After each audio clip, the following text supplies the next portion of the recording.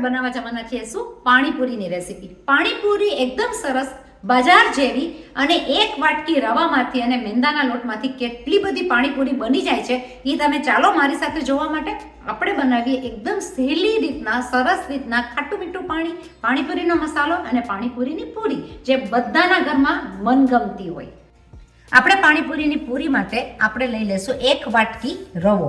રવો મેં અહીંયા આગળ લઈ લીધો છે સૂજી, જેને કહેવાય સૂજી પણ, અને એ મેં લઈ લીધો છે થોડો કરકરો, જે આપણે નોર્મલ રવો વાપરતા હોય છે એ થોડો કરકરો ટાઈપનો હશે, જે બધી ગ્રોસરી શોપમાં બધી બાજુ અવેલેબલ છે. એની સાથે હું લઈ લઈશ અડધી વાટકી મેંદાનો લોટ, એટલે કે 4 ટેબલ સ્પૂન મેંદાનો લોટ. આ બધી વસ્તુને આપણે કરી નાખશું મિક્સ. આપણે નથી નાખવાના એની અંદર બેકિંગ પાવડર, કે આપણે નથી નાખવાના સોડા બાયકાર કે સોડા વોટર.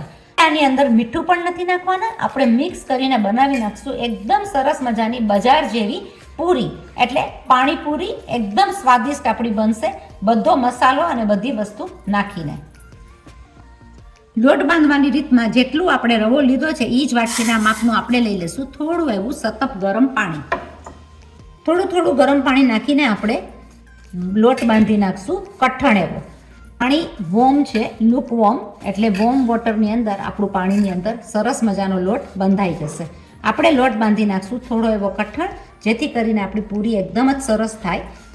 જોઈ શકો છો કે આપણે મસળીને લોટ એકદમ સરસ રીતના બંધાઈ ગયો છે. આ લોટને આપણે રાખી દઈશું 15 થી 20 મિનિટ સોફ્ટ થવા માટે. આ પ્રોસેસ જરૂરી છે, કારણ કે એ સોફ્ટ થશે એટલે સૂજી સોફ્ટ થઈ જશે, પાણી ચૂસી લેશે, બધું પાણી પી લેશે અને એકદમ જ લોટ એનો કૂણો થઈ જશે. તો આપણે એને રાખી દઈશું 15 થી 20 મિનિટ માટે સોફ્ટ થવા.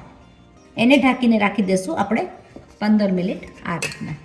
આપણે જ્યારે આ લોટ બાંધીએ છીએ ત્યારે આપણે એ પણ જોવાનું કે લોટનું પાણીનું માપ એકદમ બરાબર હોય, અને પાણી નાખ્યા પછી આપણો લોટ થોડો કઠણ રાખવાનો.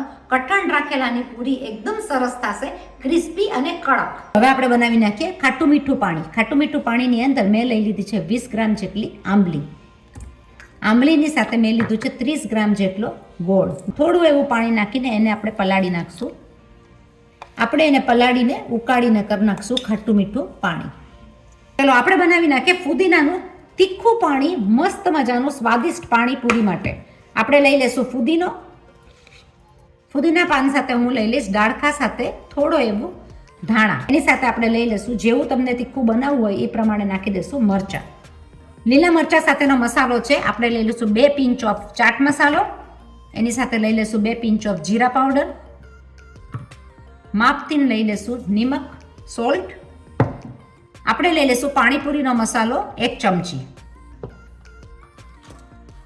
એની સાથે હું લઈ લઈશ અડધી ચમચી સંચળ પાવડર. સંચળ પાવડર સાથે આપણું ખાટું મીઠું બનાવેલું આપણો આંબલી અને ગોળનો પલ્પ આપણે લઈ લઈશું 1 ટેબલ સ્પૂન.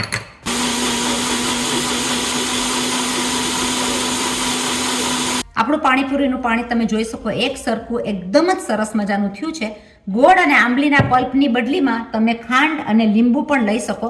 હું એની અંદર એડ કરી નાખીશ જોઈતા પ્રમાણમાં પાણી. આ પાણીને ગાળવું હોય તો તમે ગાળી પણ શકો, પણ એનો જે ફ્લેવર હોય છે, ફુદીના અને ધાણાનો જે સ્વાદ હોય કોથમીરનો, એ નીકળી જશે. માટે હું આ એક જ સરખું ગ્રાઇન્ડ કરીને સાથે લઈ લઈએ છીએ. આપણે નાખી દઈશું જોઈતા પ્રમાણમાં પાણી. તમે જોઈ શકો છો કે એકદમ સરસ મજાનું આપણું આ પાણી તૈયાર થયું છે.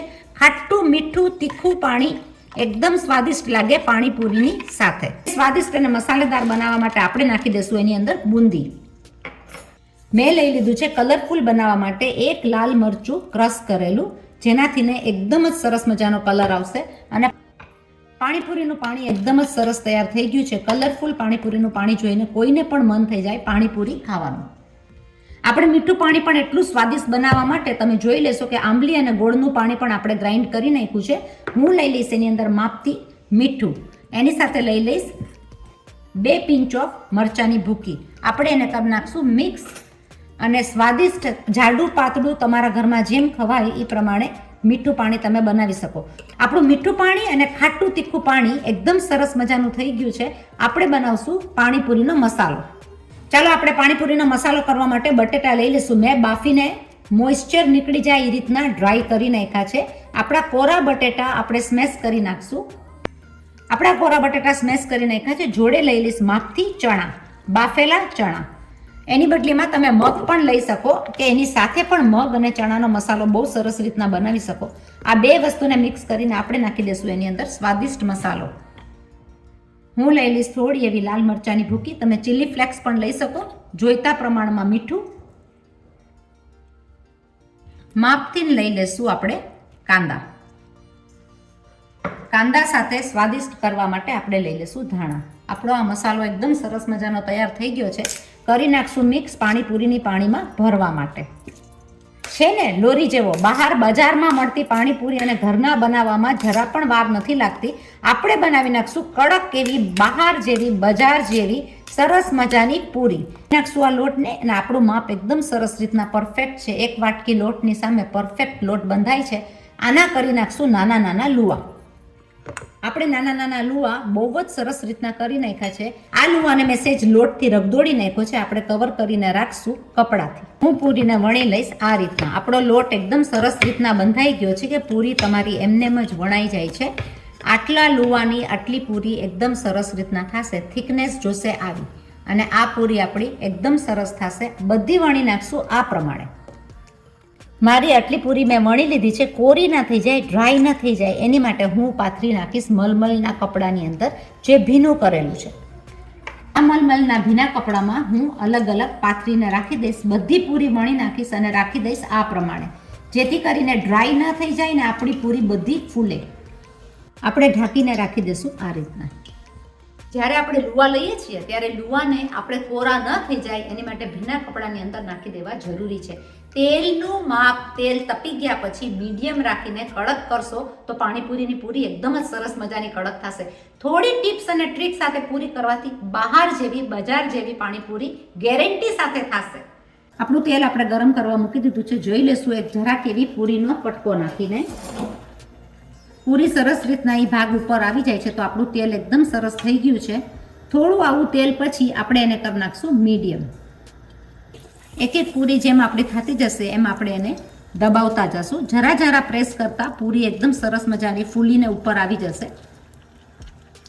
આ રીતના આપણે બધી જ પૂરીને થોડું થોડું તેલ સ્પ્રેડ કરીને દબાવતા રહેશું. ફેરવી નાખશું એને બ્રાઉન થઈ જાય બીજી બાજુ એ પ્રમાણે. તમે જોઈ શકો છો કે આપણી પૂરી બધી સરસ મજાની ફૂલીને તૈયાર થઈ ગઈ છે. આપણે એને લઈ લઈશું જારામાં. બધી જ પૂરી આ રીતના કડક આપણે તળી લઈશું. જે પ્રમાણે થોડું થોડું દબાવતા રહેશું એ પ્રમાણે આપણી પૂરી એકદમ સરસ મજાની કડક થવા માંડશે. તેલ જોશે થોડું મીડિયમ તાપ ઉપર. જુઓ પૂરી કેવી સરસ મજાની બહાર જેવી બજાર જેવી થઈ છે. ફૂલી ફૂલીને દળા. આ રીતના પૂરીને તળીને કરી નાખશું બધી જ કડક સરસ મજાની. પૂરી એકદમ સરસ રીતના તૈયાર થઈ ગઈ છે. આપણો મસાલા સાથે પાણીપુરીની પૂરી જો આપણે તૈયાર રાખ્યું છે. તીખું પાણી મીઠું પાણી ભરીને ખાવાની મજા જ એક ઓર આવે છે. તો આપણે જે સૂકી બુંદી સાથે અંદર લઈ લીધું છે એની અંદર પાણી ભરી લેશું. પાણી ભર્યા બાદ આપણે ભરશું અંદર મીઠું પાણી અને આ ખાવાની જે મજા છે એ એકદમ જ સરસ મજાની ઓર હોય છે. બહુ સરસ મજાની પાણીપુરી બની છે. રેસીપી જરૂર જોજો. સાવ સહેલી રીતના ઘરે બેઠા પાણીપુરીની પૂરી બજાર જેવી કેમ થાય મારી રેસીપીમાં જઈને જુઓ. પાણીપુરીની પૂરી એક તમને ખોલીને પણ બતાડીએ આપણે દબાવીને કે આપણી પૂરી કેવી સરસ મજાની ક્રિસ્પી થઈ છે. તમને અવાજ આવશે. આ ક્રિસ્પી પૂરીને દબાવીને આપણે લઈ લેશું આપણા મસાલાની અંદર, જેથી કરીને ખાવાની પણ મજા આવે અને બહુ જ ક્રિસ્પી અને સરસ મજાનો મસાલો થયો છે. પાણી તમે જુઓ આપણે બુંદી નાખીને અને લાલ મરચાંનો પાવડર નાખીને જે બનાવ્યું છે પાણી એકદમ ખાટું અને તીખું પાણી મસ્ત મજાનું, એની સાથે મીઠું પાણી, તો ખાવાની મજા તો પાણીપુરીની ઓર જ આવી જાય.